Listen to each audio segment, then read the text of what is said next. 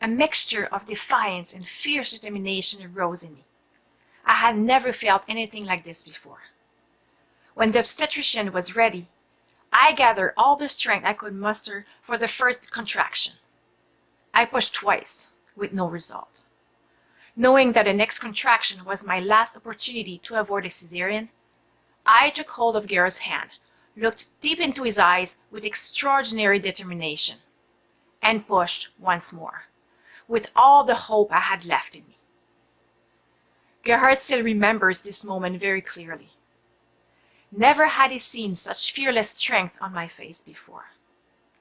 This was the push which finally made the baby's head emerge. And Gerard told me of it with such pride and encouragement that I found the strength to push once again. The rest of the body emerged. It was an immense relief finally to hear that magical sound of our own child crying for the first time. At 1:14 a.m., our beautiful boy of 9 pounds had arrived into the world. To my great disappointment, I wasn't able to hold my baby in my arms straight away.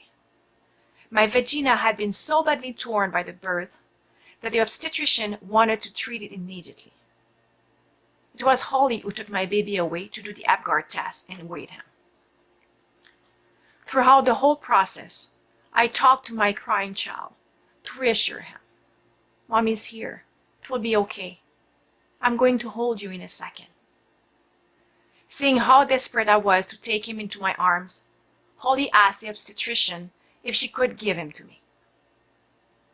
She agreed a little reluctantly, ultimately agreeing that it would be a nice distraction for me while she was busy giving me a few stitches. I remember feeling a real dislike towards her. Is it not the best thing to let a new mother hold her baby in her arms when she has just given birth? I saw from Holly's expression that she understood me. At last, I could hold the baby whom I had so longed for. What an indescribable feeling! I was finally holding in my arms the fruit of all my labors. I was in heaven. He stopped crying as he felt my touch. I started talking to him in my gentlest voice. Then I looked at Gerhard, and we agreed straight away on the name we would give him, Elliot. Once my stitches were in place and Elliot had been fully examined and measured, I called my parents to announce the birth. My mom was relieved after waiting several hours for the call.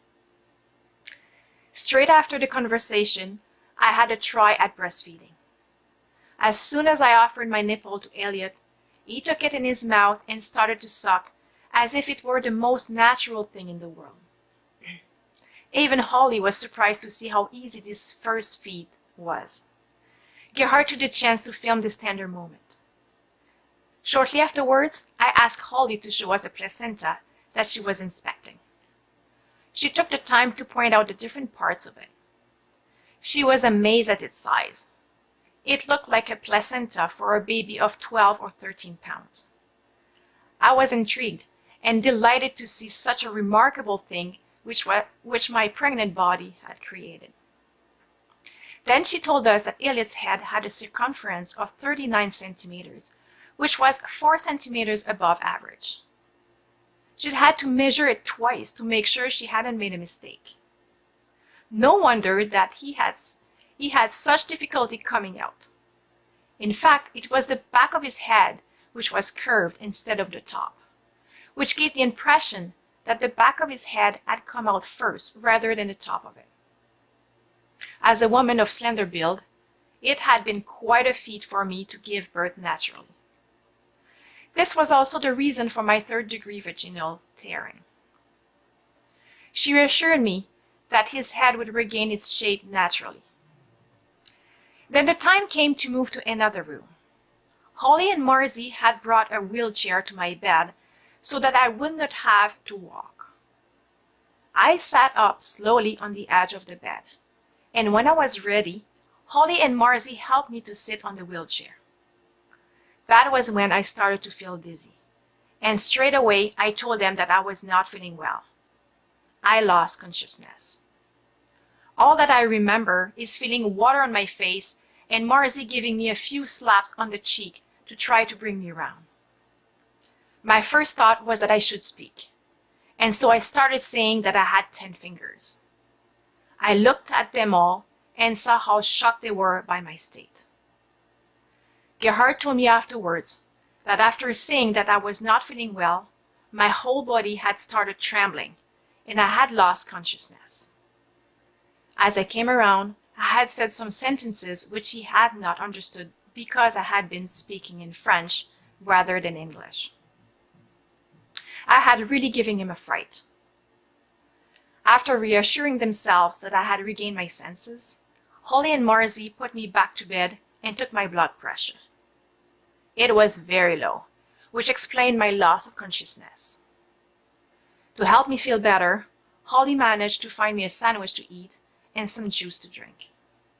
This did me some good, and in the hour which followed, I was taken to my new room with Elliot. Once I was nicely settled in bed, my midwives took their leave and told me that Holly would come around for her first home visit in 2 days' time. Gerhard also left a little afterwards to catch up with some sleep. Although I had 2 sleepless nights in a row, I did not feel particularly tired. From the window in my room, I looked out over the rising dawn, whose golden light was mesmerizing as it spread through my room. Hours passed, and I was still too excited to sleep. I gazed at my son, who was sleeping so peacefully, either in my arms or in his little bed next to mine. And when I finally managed to doze off a little, it was already time for the nurse visit or for breakfast. Gerhard arrived late morning. Although his features were strained for lack of sleep, his face was glowing with the new happiness of being a father. We took some photos of each other holding Elliot in our arms. Then Gerhard looked after him while I went to have a shower. I had difficulty walking with such swelling and discomfort between my legs. I knew it would be there for several days before everything was fully healed. I left hospital the following day around midday. I was tired after only managing a few hours of sleep in the night.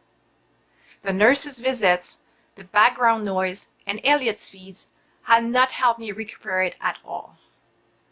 I was looking forward to getting home and starting my new family life in the comfort of our home.